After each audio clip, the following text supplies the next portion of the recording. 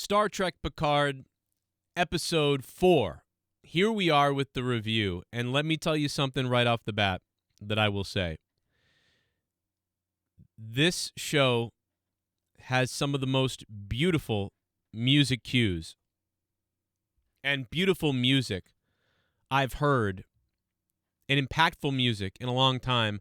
I think, shows a lot of times do a pretty good job at getting music in there.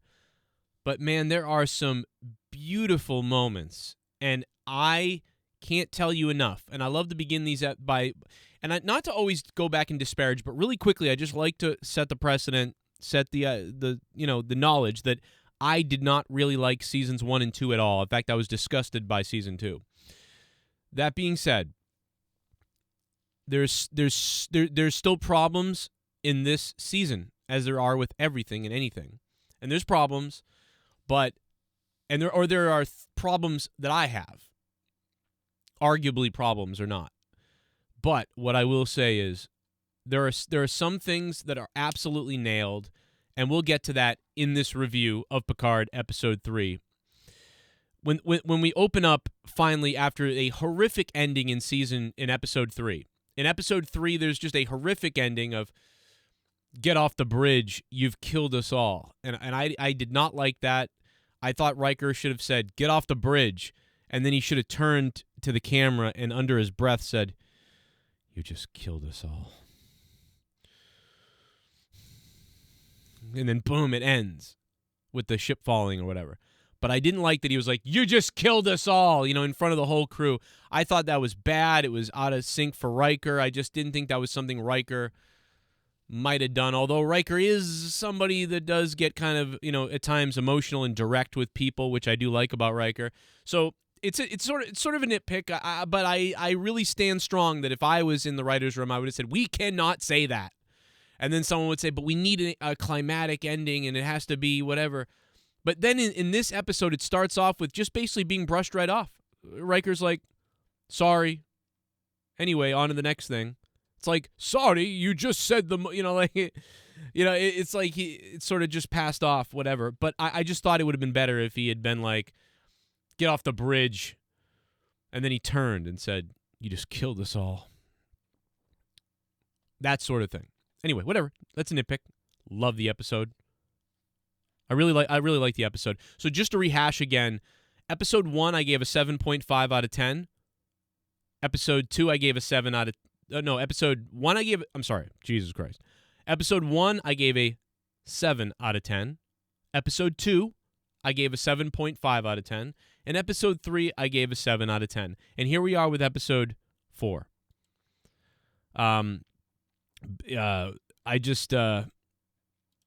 I'll probably miss some things, but just forgive me for missing things. I'm not going to be able to get to everything. So we open up with 5 years ago.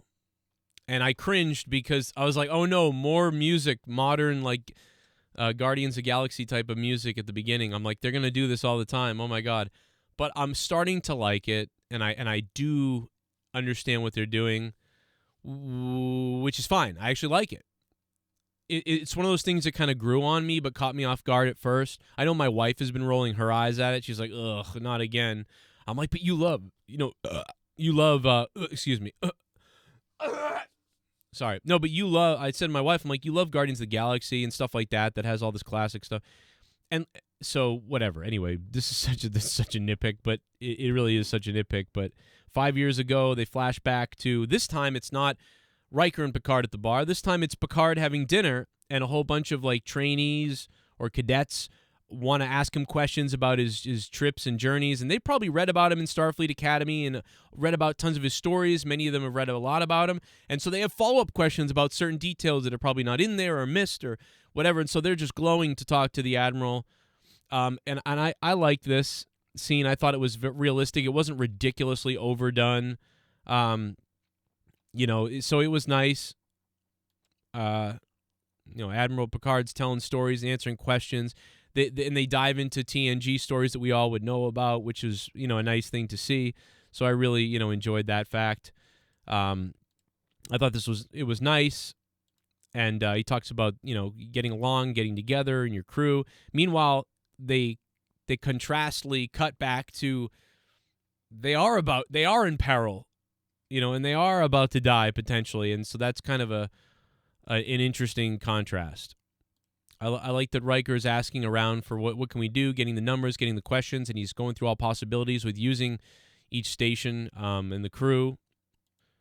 And like I said, Picard and Riker have a quick conversation, almost kind of it glazing over that Riker just said you killed us all, like the whole ship. But it's really just breezed over. It's not even a big deal. So, and they move right on, and Riker ends up saying, "You were right. We should have just fought right from the beginning instead of squirreling away." And so they kind of resolve that whole problem pretty quickly. And he's like, "Yeah, get your affairs in order. We're going to die." I didn't 100% love that, they just sort of were giving up. That was something in my head that was like, Riker and Picard, I felt like would have maybe talked about, like, there's got to be something we can do. And they didn't do that. They didn't say there's got to be something we can do. They kind of just, like, say, hey, we're on a sinking ship and we're going to die. Which is a little concerning in my head. I would think that they would just never give up, until the end, thinking of more to do. But then again, in the end, 2 + 2 = 4. And they know that they're probably going to die, I suppose. So I accepted it, though, and I liked what they went. And the story calls for this to happen. So I can see how some people are going to be like, oh, why would they ever give up? They should always be. They never did on Next Generation. On Next Generation, they would never, just say, get your affairs in order and let's, So that was something in my head that was like, ugh, like I don't really like that. They would keep fighting no matter what. I almost wished that somebody could have been working on something in the background so that they all thought the one thing they could do was being worked on. And towards the middle end, the person said, nope, it's not going to work, or it doesn't work, or something explodes and they can't do that. So that they don't necessarily completely give up on their hope, but the plot sort of relies on that happening here. But I wish they had said something like, there is a small glimmer that we could buy 6 hours and move ourselves outside. It could be blah, blah. The engineers are working on it now. All we can do is wait. But Admiral, you understand what's happening and the chances of that working. There's nothing we can do now, but wait, and that could have been something that would have added to that. This is me just nitpicking in my head. But I did love it. And I did like where they went with this. This is wonderfully done, I believe. It's where Seven finally tells Riker that there's a changeling on board. It could look like anybody. And there are times where 7 of 9 is always yelling and angry. That's one thing I noticed. She's always yelling at everybody. She's like, you don't understand. There's a changeling on board. Blah! And Commander Shaw, she's like, I don't like you and you're a dick and stuff. And so, like, there are things about 7 of 9 that I really like, but I don't like that she just yells at everybody. She is kind of angry at just everybody. She's bordering on like Raffi territory with that. It's like yells at Picard, yells at Riker, it's just she's yelling at everybody except the other women who come to her and tell her, you're great. So that is, but I like 7 of 9 in these episodes. If I could just dial her down from yelling at everybody. Like she yells at Riker more than Riker yells at her, and that to me is wrong. And she yells at Picard more than Picard yelled at her. And she yells at Commander Shaw, Captain Shaw. Like, it's just like she's always yelling at people or, like, being snarky to them, like, you're kind of a dick, and you're an asshole, and I'm telling you, ah! So, like, I don't like that. I don't like it. But whatever, I guess. I guess your first officer could be, like, always angry at everybody, and you could like them, I guess. But, so I don't 100% like that. But, and then Riker's like, just... keep it quiet. Go find this bastard. And that's very Riker. Riker would definitely say something like this. And we've seen in the past when Riker takes over leadership, he becomes more aggressive and more alpha. If anybody, I think I've always noticed this since I was a kid. When Riker is first officer, he's a little more standoffish, but he offers his suggestions and then executes the captain's orders as they ask. But when he's a captain, like when he took over as captain in Best of Both Worlds and a few other times on Star Trek. He was very aggressive. When they thought Captain Picard was dead, Riker was on a he was like, let's go. I will find these sons of bitches. Like, I'm going after them. Like, that was Riker. And that's Riker here. Find the bastards. Like, this has always been Riker. That's what I love about this. And Jonathan Frakes, this is the best goddamn acting he's ever done. Ever. And by the way, I always liked Jonathan Frakes' acting. There's always been a joke that he can't act or not very good at. I never understood that. I always thought he was a really pretty good actor. I mean, like, he's one of my favorite people and characters ever. And here, my God, bro, this is the best acting that he's ever done, ever. It's amazing. So, and by the way, and Jerry Ryan, too, her acting has been wonderful, too. I just wish they dialed that aggressiveness down a bit. So now Seven's off to the races to find who's done this. And I like this part of how 7 of 9 is, going Sherlock Holmes here. It's great. And then Picard is like, hey, we don't have much time to go here, but I'd like to borrow your son. And Jack and Picard go have a moment in the holodeck. Shaw's recovering on pain meds. He's like, don't come. Like, all right, come in at 7. And then 7 explains the situation to him. And then, like I said, they have a moment. Then they call each other. She calls him a dick to find out, like, oh, you're not a changeling and I'm not a changeling. And they talk about that. I don't like how he's like, they'd be in a pot. And then 7 of 9 is like, you mean cannabis? I assume you don't mean cannabis. And he's like, no. Why would 7 think that pot was cannabis? Like, I just don't.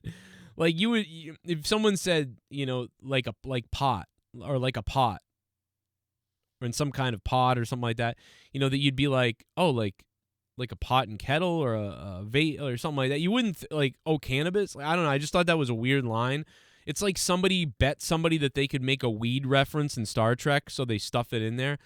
I didn't really like that. I mean, who cares? It's just a stupid little line and whatever. Like, I've just never heard.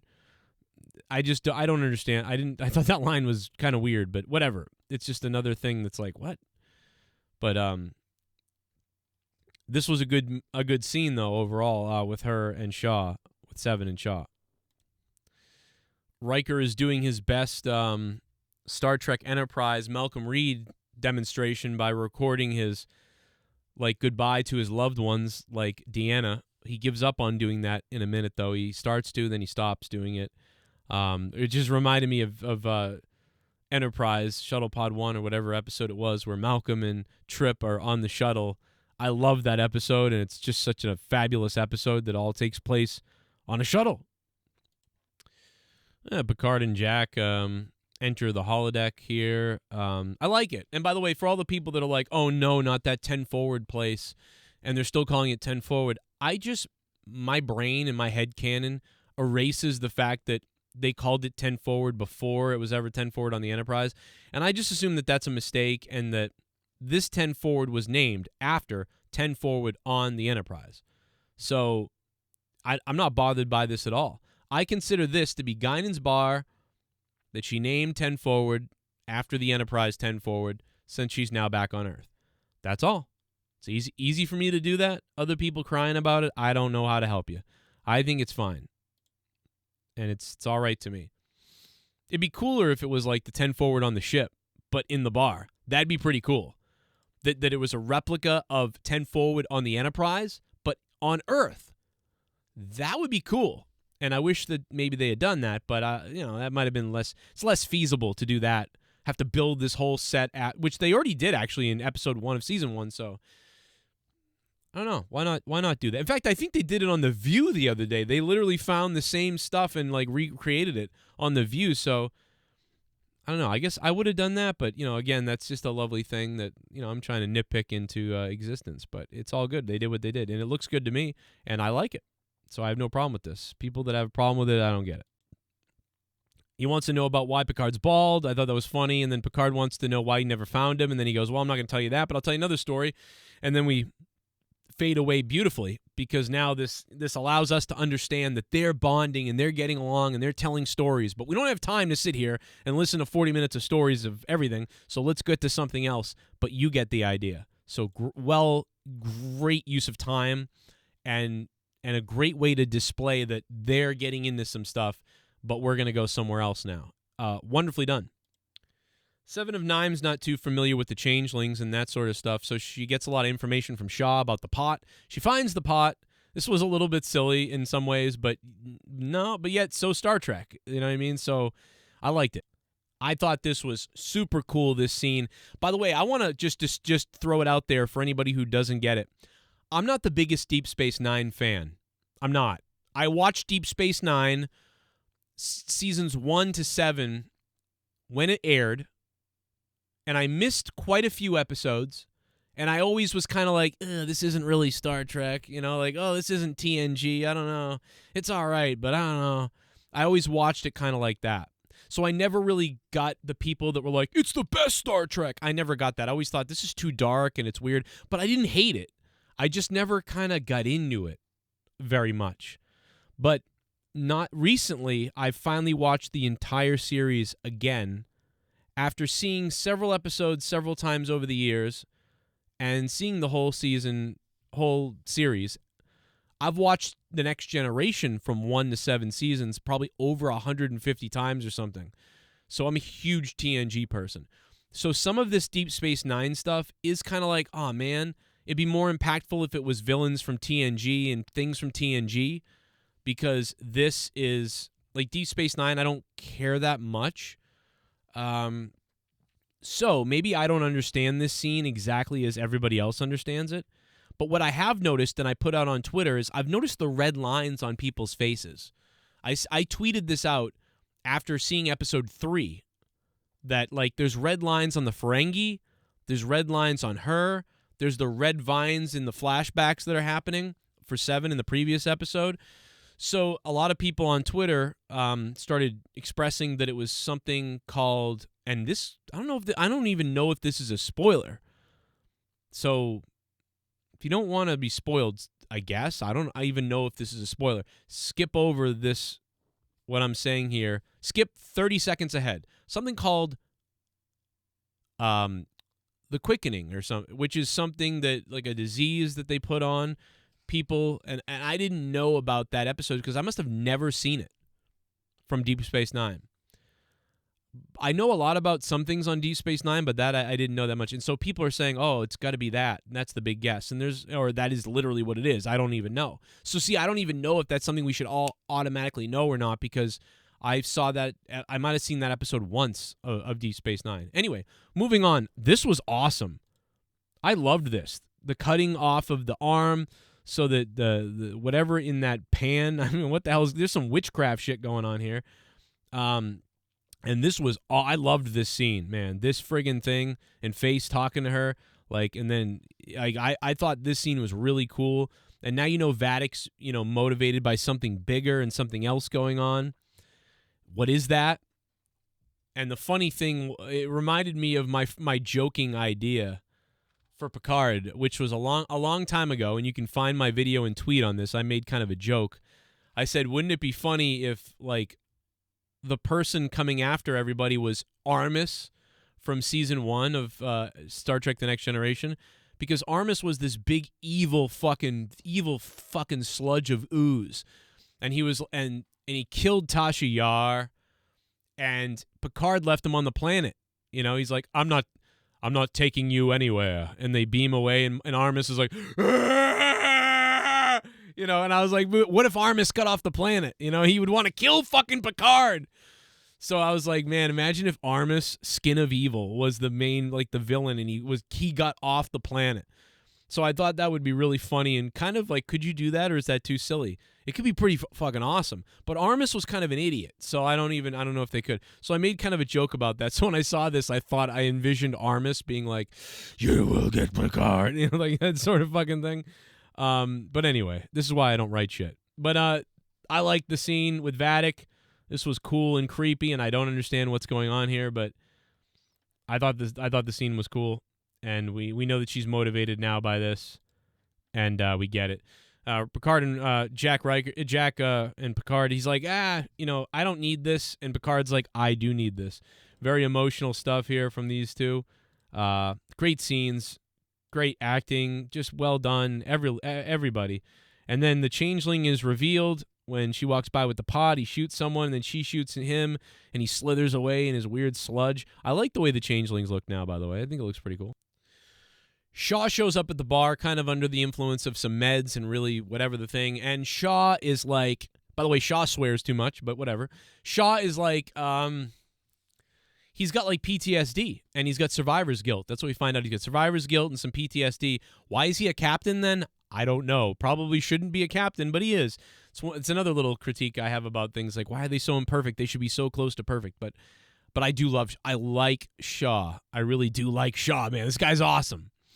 And then he's like, I was at the Battle of Wolf 3, and I was like, oh no, like another one. He's Cisco again. But the other thing is, so many people were affected by that battle, and Picard being the guy, I'm fine with it. In fact, you would think more people would be like, oh, that's Picard, he's the fucking Borg. He killed, they would know so many dead people and maybe place some blame on him. So I don't mind this. I think it's fine. I like it. And what I really like is when he goes deep into Picard, Picard's not fighting back, and Jack sticks up for him. And that shows us that Jack has started to bond with Picard. And Jack stands up for his father, which makes you really like Jack more. That was the moment when I was like, I'm starting to love this guy now. That's the moment when Jack says, all right, enough. Which is the same thing Riker said when he was going in on Picard. When Shaw was going in on Picard at the dinner, when they first met in episode 1, Riker said, that's enough, Captain, like that sort of thing. Same defensive way of Picard. Jack has gotten that same way as well. And I like that. And that makes you like him a lot more. That levels him up as a character you like because he's defending your and our hero. And so this is well done. This scene is well done. And yet you don't hate Shaw either because you understand where he's coming from. And so finally Picard just leaves the room. Beverly and Picard and Jack, they all start talking about this thing that's going on. Beverly explains that, this thing's like a space baby. By the way, this is not the first time we've seen space babies in Star Trek, right? There was the time that thing slithered out there, and they ended up shooting and killing it because it shot at them first, and it was going to kill the ship, so they shot and killed it. And then Picard was like, oh my God, we just killed this thing. And then it gave birth to a baby, and then they had to take care of it. It was weird. And then there was the jellyfish at the end of Farpoint Station getting together. They weren't babies and stuff, but they were like, it was very similar to that. That's later on that similarity comes into play. But there's a couple of similarities here, and so I like that. There's a very Star Trek thing happening here. I wasn't sure about Riker saying that you're the only one with experience flying blind, Admiral, because Riker is such a great pilot. That's been one of the things, Riker is the best pilot. That's always been a thing. Like, in Farpoint Station, the first episode, Patrick Stewart's like, you're gonna do the saucer separation on your own or whatever, or you're gonna bring the saucer back and connect it back together on your own manually or something like that. And Riker's like, oh, but Picard knows he's like one of the best pilots in Starfleet, and that's why. And then in there's so many other examples, but then in Insurrection, Riker ends up going, give me manual control, and the thing sticks up, and he uses the stick to move the Enterprise through all the shit. So it's like, I didn't really understand why Riker was like, you're the only one with experience flying blind and stuff like that. But I explained that in my head as Riker knows that's not really true. He just wants to give it to Admiral Picard. But part of me would have had Picard say, Will, you're the best pilot I've ever known. And Riker's like, yeah, but you're the smartest, you're the best anything I've ever known, or something like that. And then Picard would be like, okay, I'll do it. Something like that, but it's so cheesy. But you know what I mean? Something like that. It's just like, I thought Riker was like the best pilot ever. Why was he saying Picard is? So I didn't understand that part. I thought that was not correct, but maybe whatever. But it's not a big deal. It's just like, it's not a big deal. In my head, I just go, oh, Riker knows he could do it, but he wants to give it to Picard because maybe he trusts Picard even more than him. I don't know. I took it more that way, like you want to do this, don't you, Jean-Luc? Go for it. That sort of thing, instead of like Riker knows he could do it. That's the way I explain it. So for anybody that's hung up on that, I just think that's not a very big deal. This is wonderful. Captain Picard, finally again, he sits down in the captain's chair, and that's what gets you, man. You wanted to see that all day long. And I mean, talk about dude, I'm pitching a tent. My pants are sticking straight out. And they're maneuvering and they're doing the thing. Seven is working on this. I love this scene where Henson LaForge comes in. She's clearly a changeling. They figure that out. Luckily she was, because Seven shoots her. Holy shit. That looks crazy. Good. I like that scene as well. And it was funny. And we also find out that Jack Crusher is a great pilot, apparently, as well, as he navigates through the navigational system for Picard. And Riker just, the best pilot on the ship, is just sitting there. Like, all right. Then the wave hits. The big wave hits. And the ship gets pushed through the wave. Some great sound effects, great musical cues, like we've been saying here. This whole scene was very Star Trek and pretty awesome. It works, and they all breathe a sigh of relief. I don't know if the Vulcan should have been breathing a sigh of relief. Like, she was like, I feel like the Vulcan should have just been like, it worked. But the Vulcan instead was like I just didn't get that. That's not what a Vulcan would do, but whatever, in my opinion. I mean, I have to really nitpick to get into like stuff that didn't work. But this was so beautiful. This was so friggin' Star Trek. It was unbelievable. I loved it. So Picard's on the bridge. He's captain again. This scene's awesome. By the way, in my opinion, this is the best episode of the 4. Episode 4 is the best episode of the 4. This was a massive payoff if you've been watching. Like I said, I gave episode 1 a 7 out of 10, episode 2 a 7.5, episode 3 a 7. And maybe those ratings might actually increase. I might actually raise all my ratings up a notch because everything is getting better. Every episode so far has made the previous episode better. Episode 4 makes episode 3 better. Like, I'm wondering if I want to give episode 3 a 7.5 and episode 2 an 8 and episode 1 an 8 or something like that, because it's just like every episode is making the other episode better. Anything you thought was wrong with the third episode most of it gets taken care of in the fourth episode. Anything you thought wrong was in the second episode gets care of in the third and fourth episode. It brings itself up. That's what I noticed, and it's really good that happens.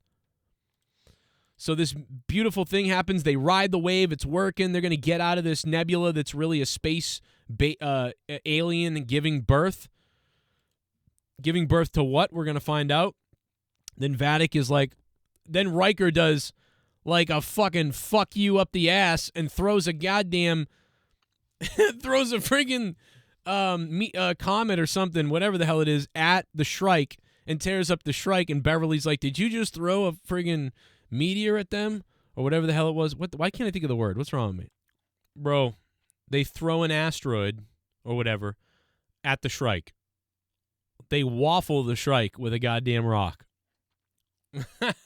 Bro, I was watching this. I was like, ha! Like, bro, I was losing it. That was great. Take that. Once again, emotional scene dials up an emotional score. They dial up some of the old Star Trek mixed with a new sort of take on it. And that's been done several times. And then in some of the emotional scenes, they literally just dial up new music. Great by the composer. I should really know his name and say the names of the composers and stuff. Please look it up and buy the soundtrack when it comes out or the score, because, man, it's good. It is so good. So good. So good. Sorry. I went to a Red Sox game last year. It's been a while, actually. And it's the Fenway's right there. But anyway, this was great, and another great use of music and big scene, an emotional scene in this episode. Will, did you just throw an asteroid? You're goddamn right I did. I don't know if you should have said goddamn, maybe just damn, you know.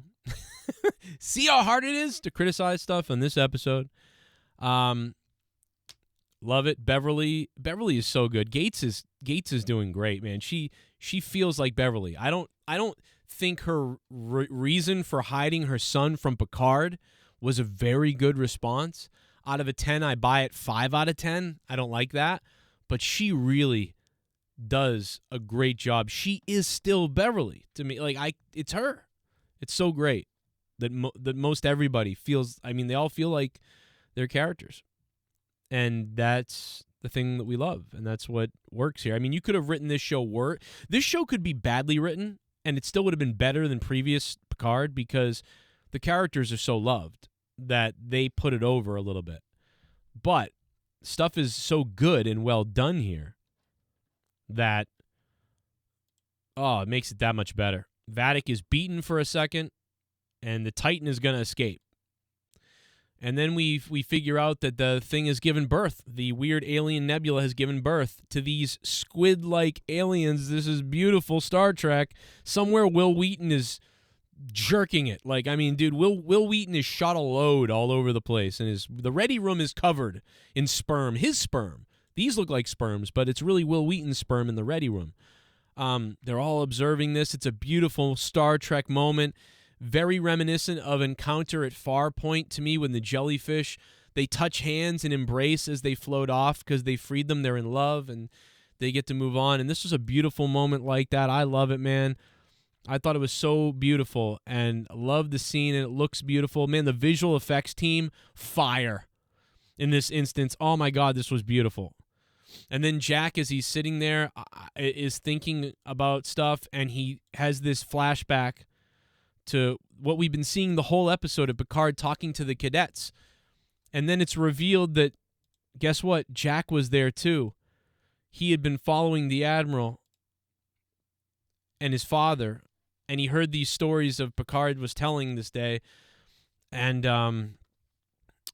all the stories revolved around Starfleet and his duty, and Jack was sitting there trying to observe his father and realized, why did he never bring up me or Beverly or you know, what happened? Does he have another family or what's up?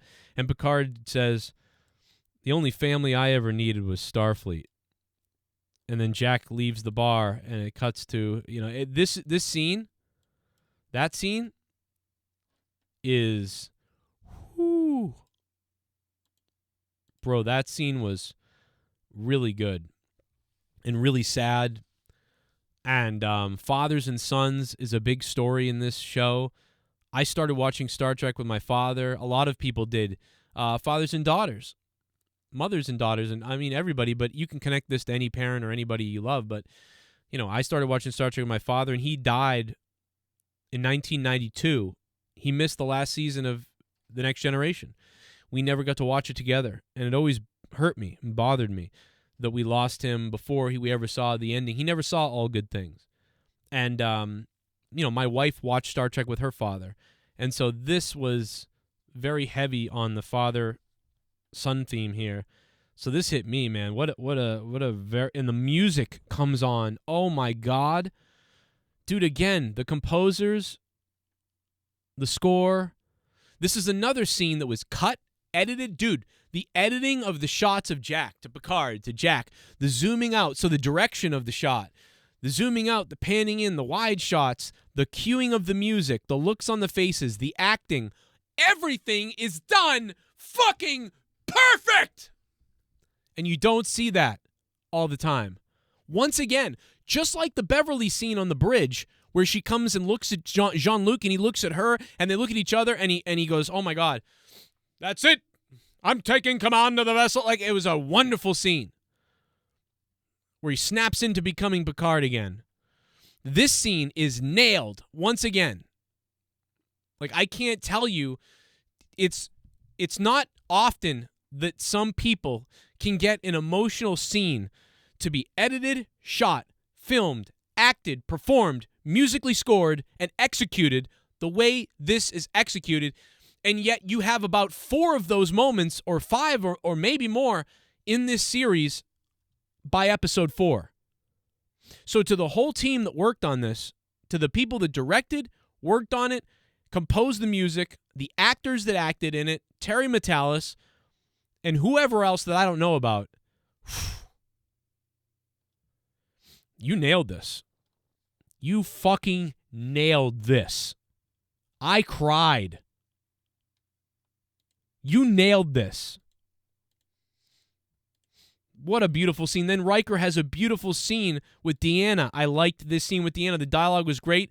His expression was wonderful. His dialogue was wonderful. Frakes is at the best acting he's ever done. Like, Jesus, bro. Are there some dialogue things that I don't like and that sometimes are completely ridiculous that I'm like, what? Why are they saying that? Okay, whatever. But it's quick. And by the way, Picard drops an F-bomb in this episode. We didn't talk about the F-bomb. He says, it was so fucking miserable or something. I didn't like that, and they could have edited it out, but it doesn't hurt me. You know what I mean? So there are some little things where it's like, what? But the stuff they get right is like so right and good that it's like, well, wow. So just if not for the F-bomb and some of the little swearing here or there, the current day language needs to go. They need to tie up a little bit more of the current day language. Because in the 80s, they didn't use current day language. You know what I mean? In Star Trek The Next Generation, they tried not to use current day language as much as they could. And that's what made it feel futuristic to me and you and everybody. Anyway, guys, I gotta go. This has been a long review. What do you think about this? If you're brand new to my channel, stick around because I got so much more to go, and I want you guys to be part of this. So join me in reviewing the rest of Star Trek Picard. This was episode 4, and it was my favorite episode. I'm giving episode 4. I'm gonna give it an 8 out of 10. I'm gonna give it an 8 out of 10. I'm giving it a fucking 8 out of 10, bro. An 8 out of 10. That's the best rating I've given a Star Trek anything since 2005 or 4 or 3 or something. So Merry Christmas. You did it. The best episode so far for me, and it's making the other episodes better, which is kind of incredible. Man, I don't know what to tell you. It's the best Star Trek we've had in a long, long time. And for the record, I do think Star Trek Strange New Worlds, I find Strange New Worlds to be a 6.5 out of 10 to a 7 out of 10 at times, and I enjoy it a little bit. Some people still hate that show. I like some of it, like, a lot better. And, so it's not that that's the worst thing either, but some of this is starting to do better, which is crazy because no Picard has been better than Strange New Worlds to me. And this has been. This is Star Trek Late Night. I hope you subscribe, leave comments down below, and please leave me a like. And if you want to support me, my channel is not monetized over here yet. I don't have monetization, super chats, super thanks, nothing over here yet. My bigger other channels do, and those are kind of dwindling. So if you want to support me and you really like what I'm doing and you want me to do more and you want to help me out, you don't have to. Just hit the like button, share this among all your friends and Star Trek fans, and tell everybody about it everywhere. That'd be great. But if you want to support me directly, paypal.me/Joe Cronin Show. PayPal.me/Joe Cronin Show. Directly send a dono. And if you want to do that, I will try to shout you out if you have a message. Email me, joecroninshow@yahoo.com, and I will respond to you via that if you decide to support the channel. You don't have to, though. But just give a sub because we want to get to 1,000 subscribers. What did you think of the episode? Leave it in the comments section down below. Out of 10, what did you rate this? And what did you rate the other episodes out of 10? Leave that down below as well. And now, popping up are some other videos from me in Star Trek Late Night that you might have missed.